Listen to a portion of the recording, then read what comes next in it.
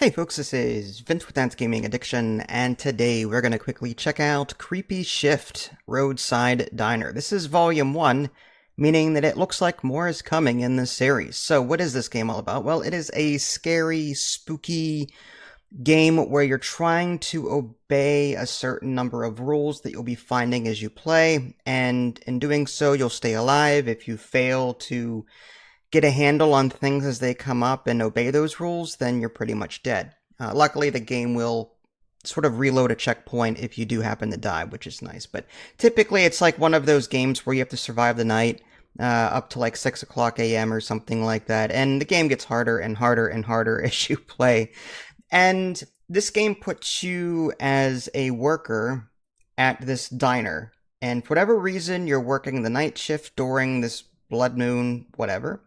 And it starts off harmless enough in the sense that you find your way in through the back door where the kitchen is, and you throw crap all over the place because you don't know the controls yet.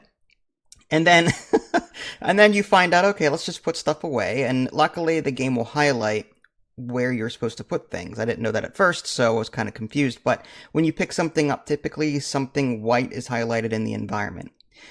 Now, over the course of time, like I said, you're going to be earning these clues. You'll be finding these piece of papers and also keys to unlock different doors. One of the goals, for example, is to not let the jukebox play music. And again, that seems pretty simple. Whenever it starts up, just turn it back off again. But it gets harder. It will do things that you normally wouldn't expect it to do, and it's actually kind of fun. And you're sitting there trying to clean dishes. You're trying to run the dishwasher, you're trying to, wipe down tables. And honestly, after about, I don't know, like, I want to say about a half an hour in, I just forgot about cleaning the diner completely because I was too busy trying to keep track of everything. And I don't think cleaning the diner matters all that much. I could be wrong, but I wasn't penalized for not cleaning. I did earn this money, and I have no idea what it does. It's just, I'll get $1 here, 50 cents there, whatever. So I don't know the purpose of cleaning other than just to keep you busy in between the stretches of time that it takes for something else to happen. That's my best guess anyway. Maybe there's like a score at the end, and for bragging rights, maybe the person that got the most cleaning done while dealing with all this madness is, I don't know, awarded first place on the league. I don't know. I have no idea. But that's the gist of this game. It starts off with a couple of things you have to maintain, and then there's another thing that you have to maintain, and there's another thing you have to maintain. And I ended up dying about, I don't know, around 4 p.m. So I was like 2 hours away from 6. So I thought I was doing good, but then it just got really rough. One thing I will note real quick, and this is a complaint, there's no way to turn off that stupid motion sway. You know those characters and character models in game, they swagger back and forth, like left or right, like they're drunk, like unreasonably so. Well, that's in this game and you can't turn it off.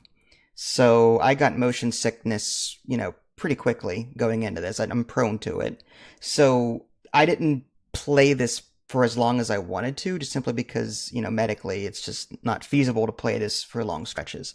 But I think the developer needs accessibility options like that, turn off motion sway, whatever it's called, and other things. The brightness I had on full, it was just so dark.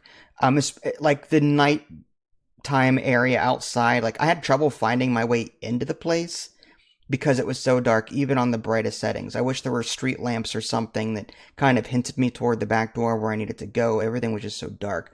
But aside from those little quality of life things, oh, and the windowed mode is not a window. It's sort of like a borderless windowed mode, and you can't move it around, which is annoying.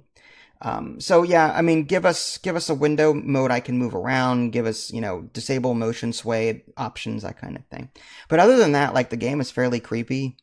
Some parts of it felt very scripted, like I was meant to go here, I was meant to get scared by this thing.